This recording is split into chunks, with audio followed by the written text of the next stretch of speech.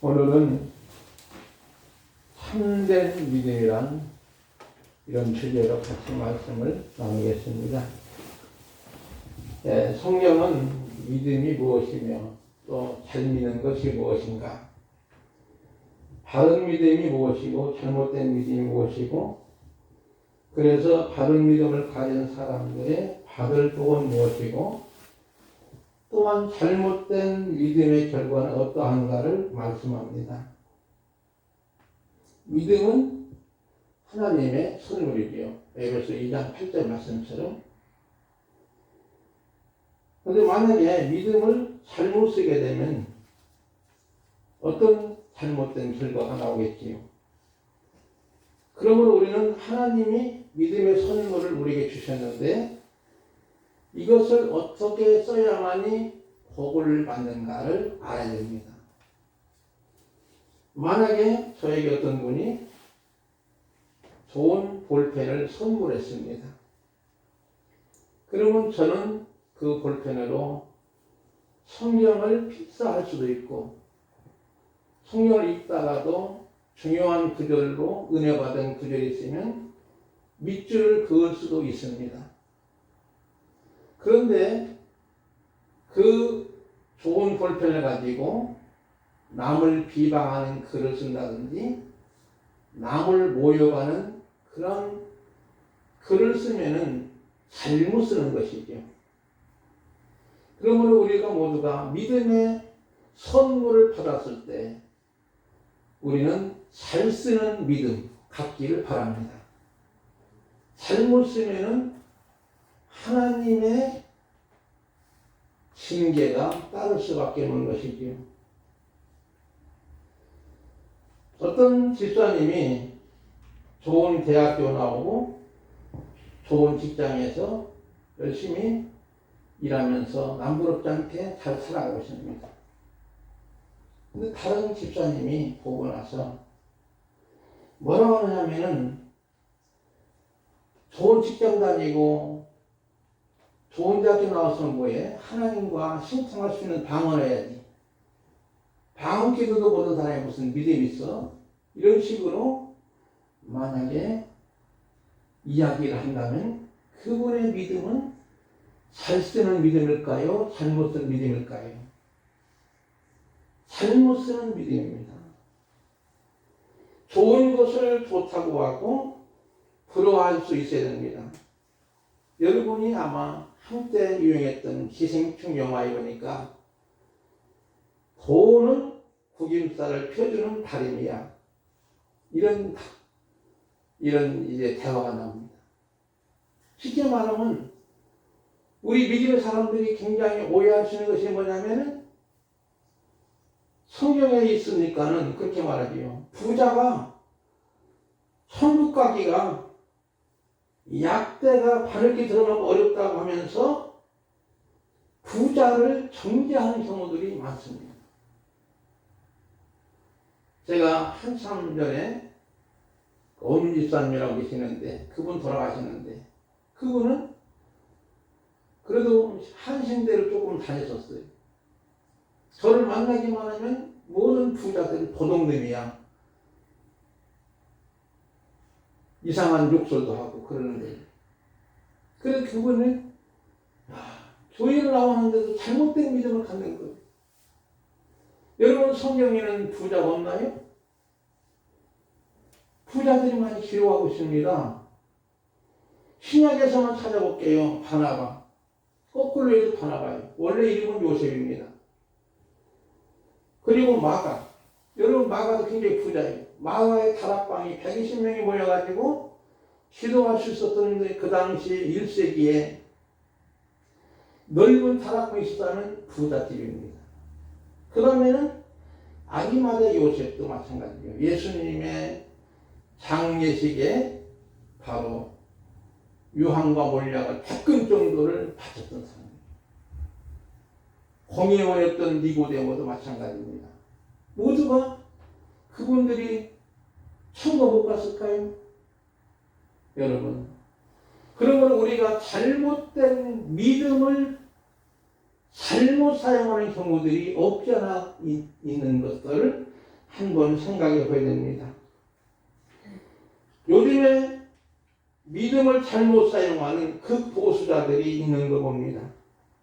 자기들이 굉장히 믿음 좋은 것 같지만 잘못 사용하는 거예요. 믿음은 무엇보다도 하늘의 밀이 땅에 떨어지는 역할이 필요합니다.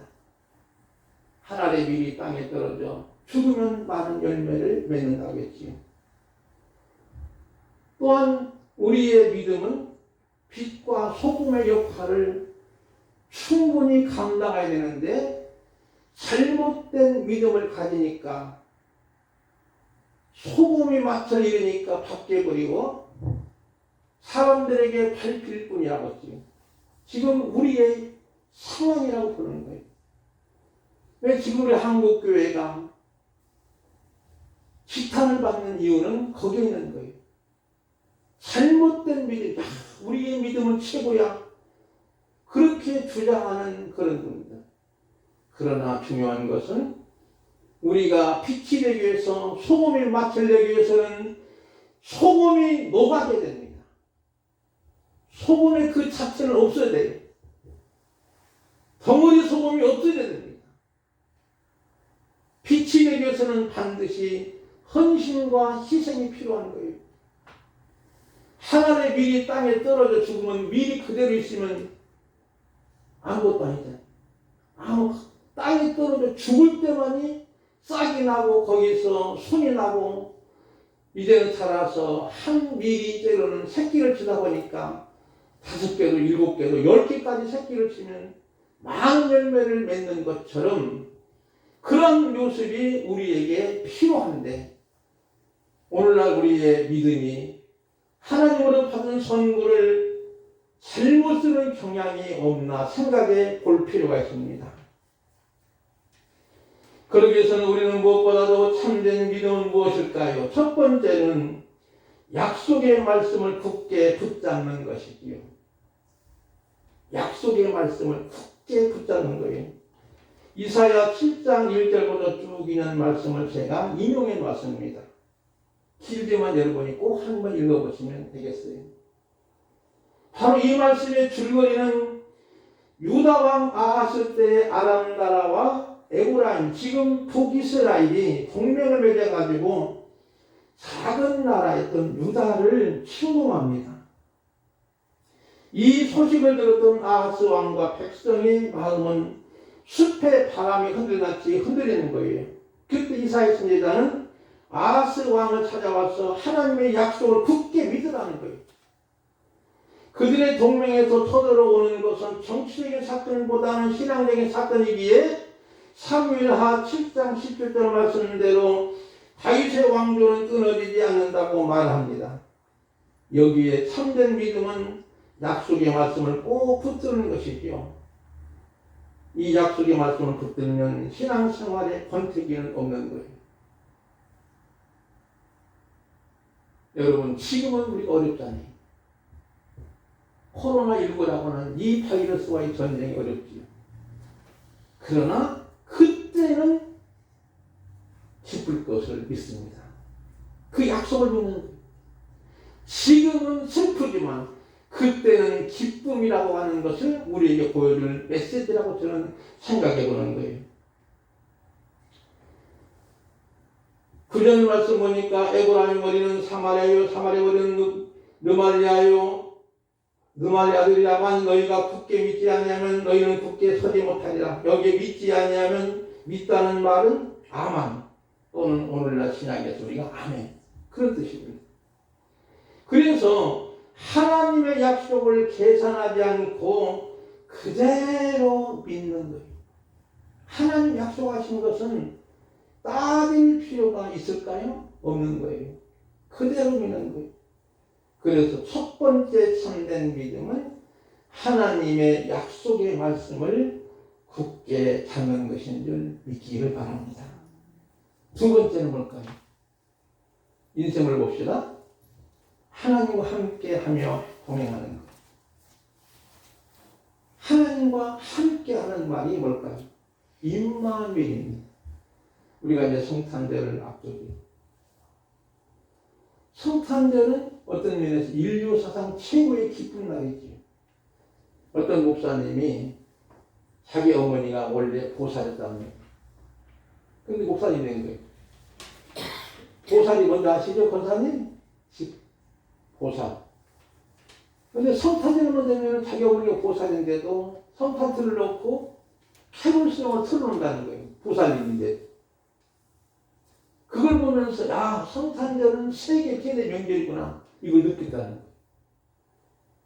그리고 나서 이분이 이제 목사님이 된 아드님이 유명한 대구에 있는 교회 목사님이시더라고요. 그의 간증을 하시는 거예요. 그러면 우리는 바로 여기서 임마누엘은 하나님이 우리와 함께 계시기에 기쁜 거예요. 지극히 높은 곳에는 하나님께 영광이지만 땅에서는 기뻐하심을 입은 사람들 중에 평화라겠지. 천군과 천사가 찬양하는 것이죠. 여기에 핵심은 뭘까요? 하늘에는 영광이지만 땅에서는 무조건 평화일까요? 한번 곰곰이 생각합시다. 땅에서는 따라합시다. 기뻐하시는 사람들 중에 평화다. 모두가 평화하려는 거예요. 그것을 믿고 기뻐하심을 입은 사람들이 평화를 갖는다는 거죠. 여러분, 요셉의 경우를 생각해 봅시다. 요셉은 어떤 상황에도 하나님과 함께 했습니다. 여러분, 요셉은 그 당시에 세계를 좌지우지하는 애굽 나라의 국무총리가 됩니다. 그때 나이는 30대밖에 안 됩니다. 그런데 요셉은 그 안에는 엄청난 고통의 세월이 있었지요. 아버지로부터 남달리 특별한 사랑을 받았지요. 어떤 면에서는 편애를 받았지. 형들의 시기와 질투로 형들이 그 요셉을 애굽 나라의 노예로 팔아먹는데 중간 상인이 바로 이스마엘 사람이란 지나가는 상인, 노예 상인입니다. 요즘 말로 말하면. 그 사람에게 얼마 주고 팔았냐면 은 20에 팔았어요. 예수님은 은 얼마에 팔렸죠? 은 30에 팔렸잖아요. 어떤 걸 요셉과 예수님은 흡사한 점이 있어요. 비슷한 점이 있잖아요. 요셉이 은 20에 노예로 팔려가지고 그 노예 상인은 애굽 나라의 시우대장, 지금 말하면 그래도 청와대 경호실장 정도 상당히 세력 있는 사람에게 팔아넘긴 거예요. 그 집에 가서 그가 이제 노예살이, 종살이, 사경도 하나 받지도 않고 밥만 먹여주면 일하는 거예요. 그런데도 그는 밥만 먹여주고 일하더라도 그 나이에 17살 때니까 한참 청소년 사춘기, 요즘은 사춘기만 있는 것이 아니라 5춘기도 있답니다. 우리 권사님들은 6춘기예요. 그래야지 뿔난 소리 하는 사람 6춘기거든요. 4춘기, 5춘기, 6춘기는 그 당시 이 요셉은 4춘기. 그런데도 그 종살이에 반항하지 않고 농땡이 치지 않고 성실하게 일하는 것은 요셉과 하나님이 함께 하기 때문인 줄 저는 믿습니다. 그래서 창세기 39장 2절 보니까 여호와께서 함께 하심으로 그가 형통한 자가 되어 하나님이 함께 하니까 어떤 자가 됐어요? 불통한 자가 됐다고 그랬어요? 형통한 자가 됐다고 그랬잖아요. 그 주인 애굽 사람의 집에 있으니 그 주인 여호와께서 그 함께 하심을 보며 누가? 보지만 본 거예요. 저 사람은 보통 사람 아니네. 시무리병인데 말이요. 우리 집에 와서 다른 사람들은 그냥 얼렁뚱뚱 주인이 없으면 눈 가리고 아웅하고 요명이나 피고 그랬는데 요셉은 있던지 없던지 간에 주어진 임무를 성실하게 하니까 하나님이 함께 하는 것을 누가 보았어요? 믿지 않는 그 사람이 본 거예요. 오늘 저와 여러분도 마찬가지입니다. 믿지 않는 사람들이 저 사람은 예수 믿는 사람이야. 하나님이 함께 하는 거야. 저 사람은 정말로 독실한 기독교냐 이것을 들어야 돼요. 에이구 저것은 껍보리 신자네. 이렇게 들으면 여러분은 믿음을 잘못 사용하는 거예요. 보디발이 요셉을 볼 때 지금 그런 거예요. 보디발이 볼 때마다 그런 하나님과 함께하는 걸 보았다는 거예요. 그래서 그런 그 가정에 이제는 스카우트 해가지고 어떻게 됐어요? 가정 총무가 된 겁니다. 그 집의 노예가 몇천 명이 될 수도 있어요. 그 당시에는. 그 모든 사람들을 관리하는 총무, 가정 총무가 되고 모든 것을 요셉에게 보디발이 맡기는 거예요. 누구만 안 맡겼을까요? 보디발의 아내만 안 맡겼어. 다른 건 다 맡기고 일처리 하도록 했어요. 나중에 유혹을 이겼죠. 그래가지고 또 감옥까지 갔는데도 감옥의 총무가 됩니다. 그것이 결국은 애굽 나라의 총리가 되는 발판이 되었어요. 그의 고난의 세월이, 그의 연단의 세월이, 연단은 있어도 시련이 없도록 하나님, 시련만 있지 고통으로 끝나는 것이 아니고 망하는 길로 끝나는 것이 아니고 실패가 끝나는 것이 아니고 그를 하나님이 인자 애굽 나라의 총리로 세우는 것은 디아스포라의 3인방 중에 한 사람입니다. 얼마나 위대합니까? 여러분 생각해 봅시다. 우리나라가 현재 5천만 인구가 넘지 않습니까? 만약에 이낙연 총리께서 만약에 저 중국 사람이라면 믿어도 될까요? 아니잖아요. 근데 중국 사람이나 필리핀 사람이나 캄보디아 사람이 여기서 한 20년 정도 살다가 보니까 야, 이 사람 유명한 사람 돼가지고 국무총리가 되고 장관이 됐다면 특별한 일 아니겠어요? 그렇잖아요. 그거 마찬가지예요. 사랑하는 성도 여러분, 그 다음에는 다니엘 또 나옵니다. 다니엘 이야기도. 그도 역시 디아스포라 3인방 중에 한 사람이죠. 바벨론 제국에 포로로 끌려갑니다. 이스라엘 나라는 망했지. 남쪽 유다. 주전 586년에 망해가지고 포로로 몽땅 끌려갔죠. 쓸만한 사람들. 그들이 씌워먹으려고. 그런데 거기서 이제 왕궁에서 공부하다 보니까 상당히 유능하고 똑똑하고 훌륭하게 된 사람이라 해서 그래가지고 그를 하는 이 다니엘을 그 당시 느부갓네살 왕이 그를 그 바벨론 제국의 총리로 세우는 거예요. 근데 그는 언제든 기도하는 사람. 어떤 상황이 있어도 기도하는 사람. 다니엘서 1장 10절 보니까 그는 왕의 의인이 찍힘을 알고도 예루살렘 향하여 절을 행하던 대로 하루에 3번씩 반드시 기도하는데 그는 하나님 앞에 감사하며 기도했다는 내용이 나오지요. 그 얘기는 뭐냐면 우리 권사님은 잘 알지요. 바로 기도하지 못해서 금령이 되는 거예요. 그런데도 그는 그 금령을 알고도 왕의 도장에 찍힌 걸 알고도 전에 행하던 대로 예루살렘 향해 창문 열어놓고 하루에 3번씩 하나님 앞에 주여 살려주옵소서 기도가 아니라 하나님 아버지 감사합니다. 죽을 판에도 범사에 감사하는 거예요. 하나님이 그를 사자굴에 들어갔을까요? 아니죠. 들어갔는데도 사자들이 그와 함께 포근포근 잠자고 있는 거예요.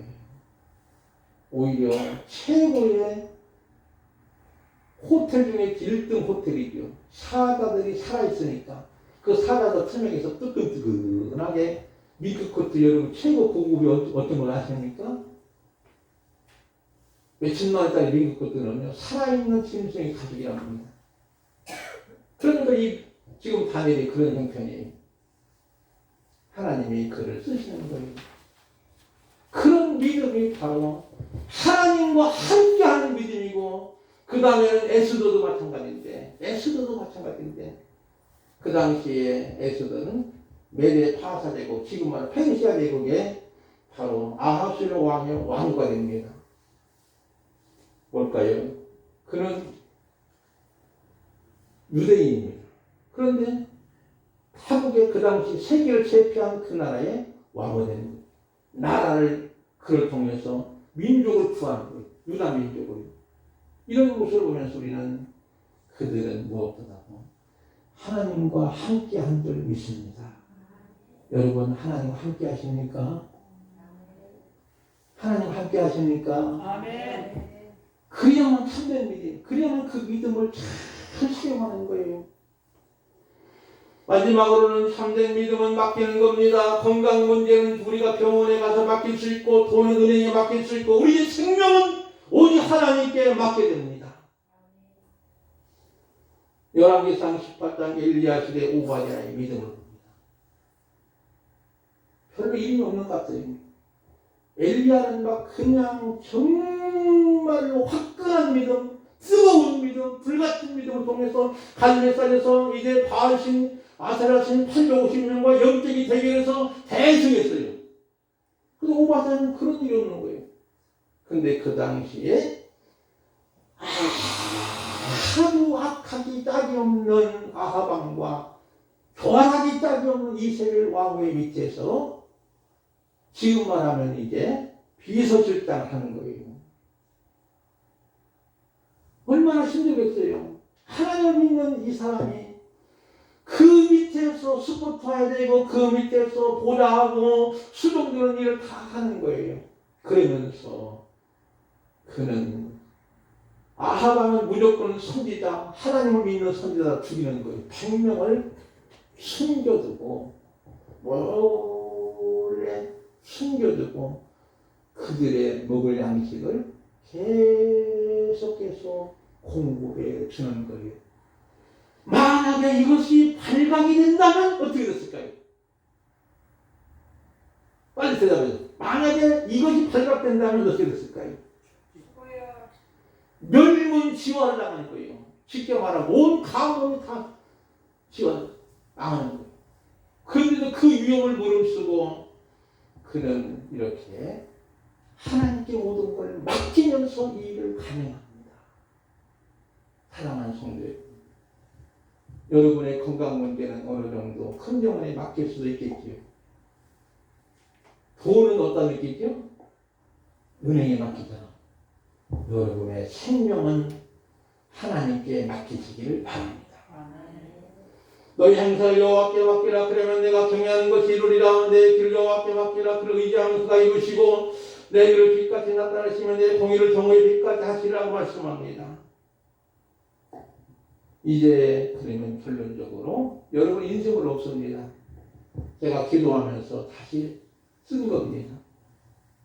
이제 참 믿음으로 사는 것은 뭘까요? 지난주 말씀드린 거예요. 누가 크냐가 아닙니다. 아까 우리 권사님 기도한 것처럼 요즘에 정치인들 나라에 녹을 먹는 것들이 싸움을 하고 있잖아요. 솔직히 말해 저보다 나이가 어리니까 제가 반말하는 거예요. 그게 되겠어요? 그래도 장관이고 그래도 고위층인데 나라를 위해서 염려하고 걱정하고 코로나19가 지금 이렇게 급박스러운데 서로 싸움만 하고 있는 그 모습을 싸움하는 것을 우리는 구경하기 좋더라고요. 아마 대통령이 그런 것 같다. 여러분 구경 중에 최고의 좋은 구경이 뭘까요? 싸움 구경이랍니다. 그런 건 아니 지금이에요. 지금 상황 여러분이요. 경제도 말할 수 없이 물론 슈퍼 예산 558조 원을 세웠지만 최윤식 박사가 하는 말이 1, 2년 안에 우리나라 경제비 온다. 최윤식과 누구냐면 우리 성남대일교회 부목사 출신이 지금 미국에서 미래학을 공부한 세계적인 미래학자입니다. 우리 성남대 와서 몇 분 강의했는데 제가 이번에 국민일보 보니까 최윤식 박사가 나오더라고요. 나이도 많지가 않아요. 50세. 근데 미래학 공부해가지고 이분이 코로나가 온다는 거예요. 풀명이.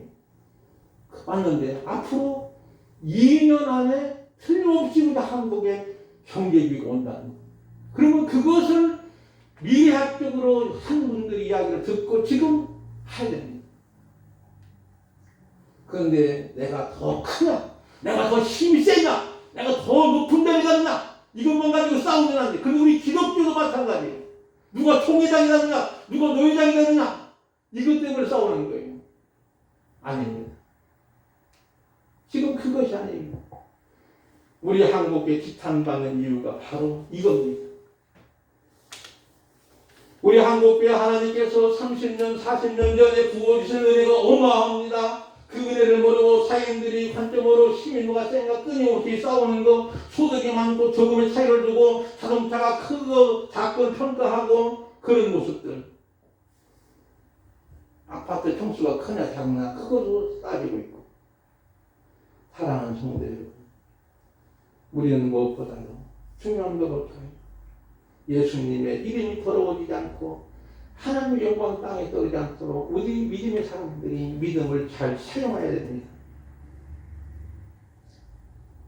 예를 들고 말씀을 맺겠습니다. 금년에 94세로 돌아가신 할머니 의사 선생님이 계십니다. 이름은 한원주입니다. KBS에서도 한번 작년에 93세 때 인간극장에서 나오시기도 하고, 또 남양주 매그너스 요양병원에서 내과 과정으로 무료봉사했습니다. 남편께서 그분이 54세 때 세상을 떠나고 나서 80세까지 현역에서 일하시다가 이제는 80세부터 94세까지 요양병원에서 무료봉사로 계속 일하시는데 94세가 되더라도 돌아가시기 전 일주일 전까지도 진료를 하셨다는 거예요. 네, 그분은 아버지도 어머니도 모두가 독립운동가의 후손이더라. 아버지도 독립운동가고 어머니도 독립운동가고. 그리고 나서 이제 이분이 최고령의 나이로서 이제 의사들에게 주는 박예상을 받게 됐습니다. 최고의 금상을 받게 됐습니다. 그리고 그분은 의료 선교원을 또 운영했습니다. 이걸 보니까 틀림없이 이분은 예수님을 믿는 사람이고, 근데 그분이 마지막 이제 일주일 전까지 일하시다가 유언으로 남기신 말이 있습니다. 첫 번째는 뭐냐면 거기 있는 사람들에게 힘내, 한번 따라 힘내. 그 다음엔 가을이야. 왜냐하면 내가 이제 가을인 걸 간다는 거죠. 우리 권사님들도 가을이 아닌가 생각이 됩니다. 겨울이 되면 가는 거잖아요. 그러면서 이제는 마지막 말은 사랑의 글.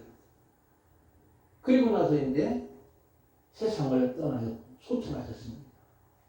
사랑하는 성도 여러분, 여기에서 우리는 최고의 우리 인간의 가치가 뭘까요? 오늘 많은 사람들이 좋아하는 아파트, 뒷파트 막 투기해서 살려고 하는 것일까요? 아닙니다.